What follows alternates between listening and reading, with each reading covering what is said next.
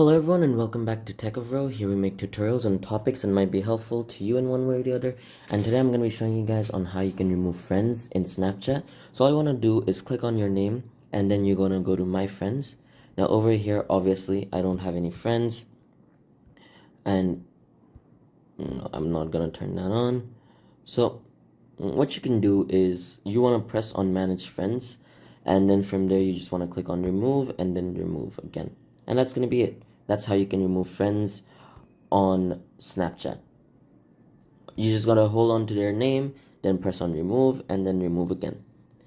And now if I go back, I didn't have friends in the first place. I don't have friends anymore on Snapchat. So I hope you guys found this video helpful. If you did, please drop a like. And if you want to see more videos like this in the future, don't forget to hit that subscribe button as well as that notification bell.